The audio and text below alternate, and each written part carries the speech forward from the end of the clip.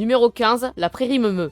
Ne quittez pas tout de suite la vidéo, je vous jure. Je sais très bien ce que vous pensez, mais j'adore ce stage. Je suis pas trop fan des circuits Mario, circuits Toad ou je ne sais quoi. Et même si ce sont des bonnes introductions, il faut l'avouer, elles ne sont pas très originales. Et je trouve que la prairie me meut est la meilleure première course possible. Et même si dans Mario Kart 8 c'est le deuxième stage après le circuit Luigi, dans Mario Kart 8 Deluxe c'est le premier stage de la coupe Carapace. Et c'est pour moi le meilleur premier stage qu'on pouvait choisir pour les coupes rétro. Ce stage est chill, simple, mais très bien pensé. On se balade juste dans une ferme en évitant les meumeux. D'ailleurs, mettez-moi les meumeux dans Mario Kart 9. Les stages avec les meumeux font toujours partie des premières courses dans les coupes auxquelles ils apparaissent. Ces courses sont véritablement emblématiques et la prairie meumeux est la meilleure d'entre elles. Numéro 14, la forêt tropicale d'Eka. Ça, c'est typiquement le genre de course où je me demande s'il y a vraiment une seule personne dans le monde qui la déteste. Les courses de Donkey Kong sont toujours très bonnes et celle-là est juste incroyable. C'est un très bel hommage à Donkey Kong Country Returns. La course est magnifique, a vraiment une super ambiance. On passe dans la jungle, puis dans un temple, puis on se retrouve dans une section aérienne avec ces genres de trucs qui nous hurlent dessus. Pour un fan de Donkey Kong comme moi, cette course est vraiment incroyable. Numéro 13, la route ruban. On prend une course cool et oubliée de Mario Kart Super Circuit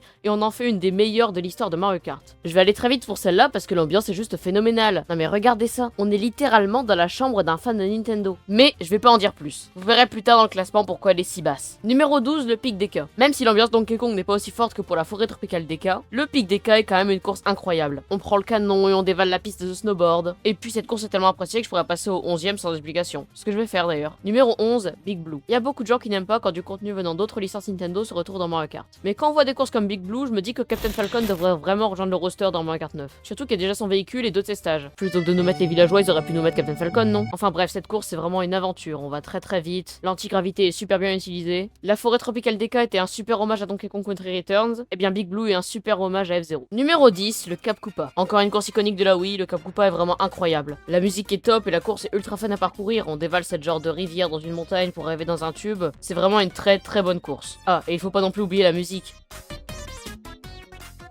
Numéro 9, le château de Bowser 3. C'est une des seules courses DLC de Mario Kart 8 Deluxe qui ne ressemble pas à une course DLC. J'aurais jamais pensé voir une course Super NES aussi incroyable. C'est même plus vraiment une course Super NES, elle y ressemble plus du tout là. On dirait vraiment que c'est une course Nitro de Mario Kart 8 de base. Malgré que la course soit courte, je la trouve vraiment phénoménale. Une très bonne surprise de la part d'une course Super NES. Numéro 8, la montagne Donkey Kong. Encore une fois, comme pour la forêt tropicale d'Eka, on a vraiment l'impression de se balader directement dans l'univers de Donkey Kong. Pour une course DLC, elle est très jolie et elle est super fun à parcourir. Dévaler la montagne en HD était un vrai plaisir. Mon dieu que mon prochain choix va être impopulaire. Numéro 7, le monde glacé d'harmonie.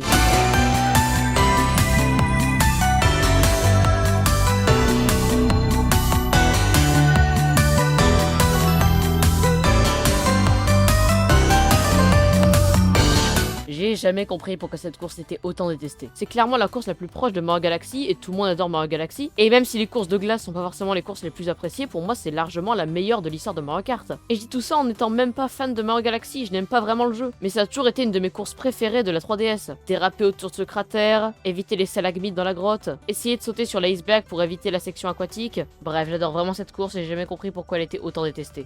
Après cette opinion très impopulaire, numéro 6, le lagon tourbillon. Pour ça là je vais rien dire, je vais juste vous faire écouter ça.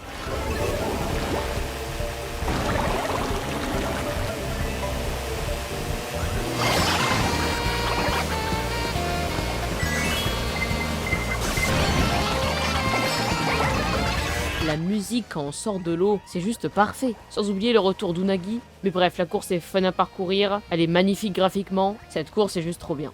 Numéro 5, le château de Bowser. Je vois beaucoup de gens parler du château de Bowser de la Wii, mais celui de 8 est clairement incroyable. Par contre, rien à voir, mais j'ai vraiment dit beaucoup trop de fois le mot incroyable dans cette vidéo. Si quelqu'un arrive à compter toutes les fois où je dis le mot incroyable en commentaire, je ferai rien, mais merci. On commence en évitant les lasers de Bowser. Puis on arrive dans ce décor mécanique en évitant les barres de feu et les boules de pique. On passe sur le balcon et on esquive cette statue de Bowser géante. Alors oui, c'est très simple à esquiver, mais l'ambiance est juste incroyable. Puis on passe dans ce genre de couloir de lave avant de passer au-dessus de cet énorme cratère. Pour arriver à une vallée, on doit éviter les rochers. Je sais pas à quel point cette opinion est populaire parmi la communauté, mais ce château de Bowser a toujours fait partie de mes préférés. Surtout qu'à 12 joueurs en 200cc, ça peut quand même être vachement ardu. Numéro 4, descente givrée. Pour beaucoup de gens, c'est la meilleure course de Mario Kart 8 Deluxe. Je vais pas encore répéter 15 fois le mot incroyable. Tout le monde sait pourquoi cette course est spectaculaire, parce que des extraits valent 1000 mots, regardez ça.